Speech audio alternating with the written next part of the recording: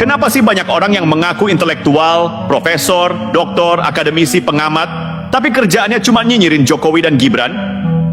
Video ini membedah secara tajam dan sarkastis kenapa mereka lebih sibuk menyebar fitnah ketimbang bikin perubahan nyata. Mulai dari narsisme rapuh, superioritas semu, sampai frustrasi karena nggak laku di panggung kekuasaan.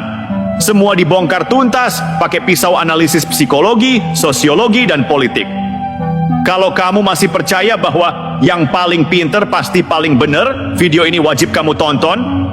Karena ternyata rakyat lebih percaya kerja nyata daripada teori di Menara Gading. Saksikan sampai habis, dijamin bikin mikir dan senyum miris. Ah, katanya intelektual, tapi kerjanya tiap hari nyinyir di Twitter, nyebar hoax di podcast, dan bikin analisa ilmiah tentang font ijazah. Betapa menyedihkannya nasib ilmu ketika gelar akademik dipakai bukan untuk mencerdaskan, tapi untuk melampiaskan dendam kelas. Sekilas memang tampak cerdas, kata-katanya rapi, referensinya banyak, bahasanya tinggi. Tapi ketika berhadapan dengan kenyataan bahwa rakyat berkali-kali memilih tukang kayu dari Solo jadi presiden, topeng rasionalitas itu runtuh. Yang tersisa, nada sinis, tuduhan tanpa bukti, dan analisa dangkal yang dibungkus seolah-olah kajian akademik. Mengapa? Mari kita bongkar.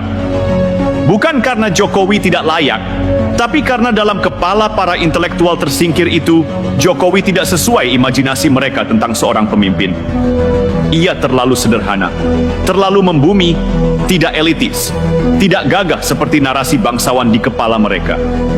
Dan di sanalah luka batin itu tumbuh, pelan-pelan berubah menjadi racun psikologis yang disebut narcissistic vulnerability atau narsisme rapuh. Orang yang terlihat percaya diri, tapi sesungguhnya rapuh di dalam. Mereka haus pengakuan. Tapi ketika dunia nyata tidak memberi mereka kursi kekuasaan, ketika rakyat memilih orang lain yang jauh dari standar intelektualisme mereka, timbullah frustrasi eksistensial. Bukan rakyat yang salah pilih, tapi mereka yang belum siap menerima realitas demokrasi. Coba lihat pola-pola ini. Yang diserang bukan korupsi Jokowi, karena memang tidak ada. Yang dicurigai bukan skandal, karena nyaris nihil. Tapi malah ijazah dipermasalahkan.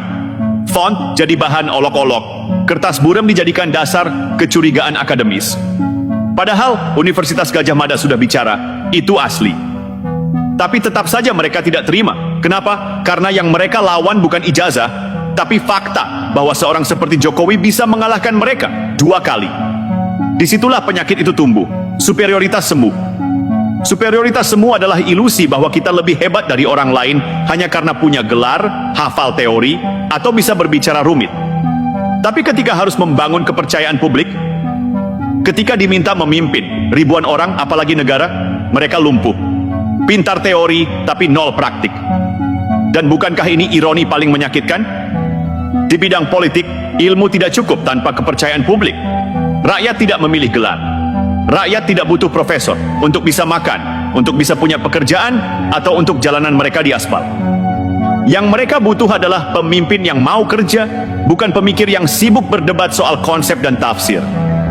Itu sebabnya Rocky Gerung tidak pernah dipilih jadi presiden. Ferry Amsari tidak pernah dipilih rakyat. Riflai Harun tidak pernah punya mandat demokratis. Bukan karena mereka bodoh, tapi karena mereka tidak dipercaya.